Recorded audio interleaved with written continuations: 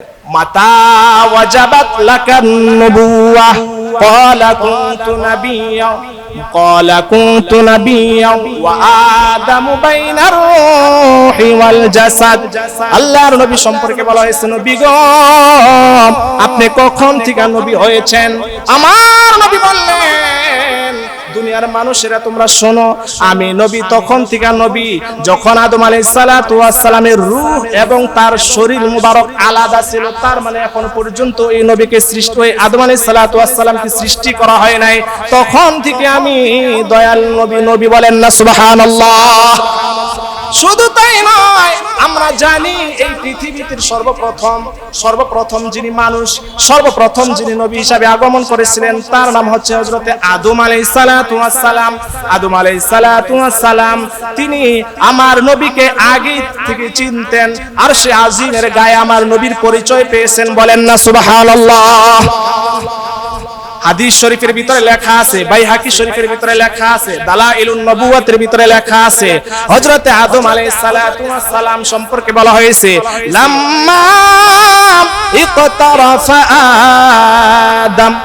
আদম আলাইহিস সালাতু ওয়াস সালাম যখন একটি অপরাধ করলেন, তিনি যখন ভাবলেন যে আমার একটা অপরাধ হয়ে গিয়েছে, আমার একটা গুনাহ হয়ে গিয়েছে, তখন হযরতে আদম আলাইহিস সালাতু ওয়াস সালাম তিনি বললেন, আল্লাহুম্মা ইন্না নাসআলুকা বিহাক্কি মুহাম্মাদিন সাল্লাল্লাহু আলাইহি ওয়াসাল্লাম, আল্লাহুম্মা ইন্নী আসআলুকা বিহাক্কি মুহাম্মাদিন সাল্লাল্লাহু আলাইহি ওয়াসাল্লাম আন তাগফিরলি।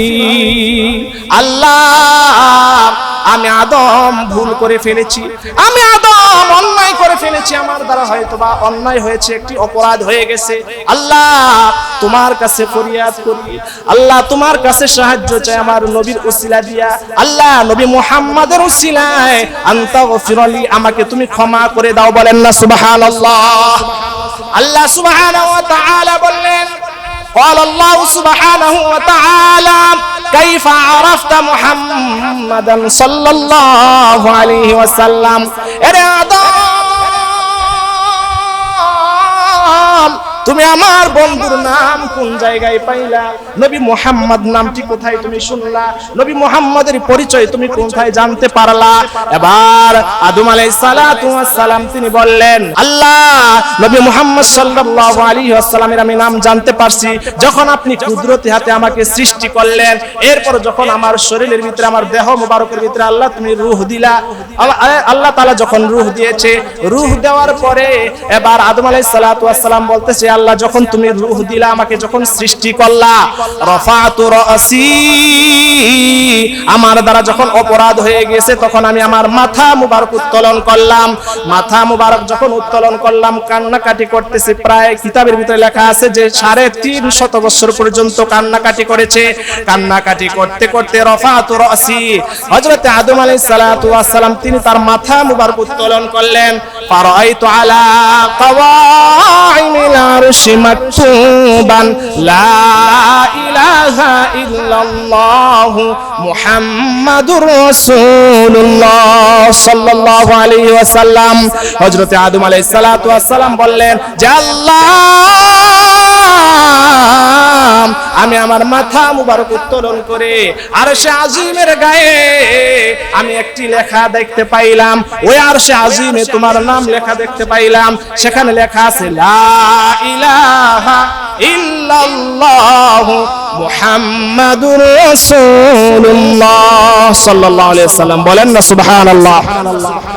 আদম আলাইহিস সালাতু ওয়াস সালাম তিনি বলতেছেন, আল্লাহ আরশের গায়ে আমি লেখা দেখতে পাইলাম, তোমার নামের সাথে একটি সুন্দর নাম লেখা আছে, একটি বিশেষ নাম লেখা আছে, যেই নামটি হচ্ছে মুহাম্মদ। বলেন না সুবহানাল্লাহ। মুহাম্মাদুর রাসূলুল্লাহ, মুহাম্মদ হচ্ছে আল্লাহ তাআলার প্রিয় রাসূল। আদম আলাইহিস সালাতু ওয়াস সালাম বলতেছেন যে আমি আরশের গায়ে তোমার নামের সাথে মুহাম্মদ শব্দটি দেখতে পেয়েছি, মুহাম্মদ শব্দটি আমি ওখানে দেখতে পেয়েছি। আল্লাহ নবী মুহাম্মদ সাল্লাল্লাহু আলাইহি ওয়াসাল্লামের উসিলা দিয়া তোমার কাছে ফরিয়াদ করেছি, এজন্য আমি ভাবলাম হয়তোবা তোমার নামের সাথে যে নামটি হবে এটা একটা সাধারণ নাম হবে না, এটা একটা অসাধারণ নাম হবে। বলেন না সুবহানাল্লাহ।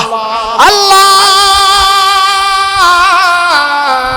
এই অসাধারণ নাম মনে করে আমি তোমার কাছে তার উসিলা দিয়ে আল্লাহ ক্ষমা চেয়েছি। আল্লাহ তাআলা বললেন, এরে আদম, যেহেতু তুমি আমার বন্ধুকে চিনতে পেরেছো, আমার বন্ধুর নামের উসিলা দিয়ে তুমি আমি আল্লাহর কাছে ফরিয়াদ করেছো, আমি আল্লাহ তাআলা তোমাকে জীবনের সব গুনাহ maaf করে দিলাম। বলেন না সুবহানাল্লাহ। তাহলে আমার নবীর উসিলায় maaf পাওয়া যাবে কি যাবে না বলেন? নবী মুহাম্মদ সাল্লাল্লাহু আলাইহি ওয়াসাল্লামের উসিলায় অসংখ্য অগণিত মানুষ maaf পেয়েছে।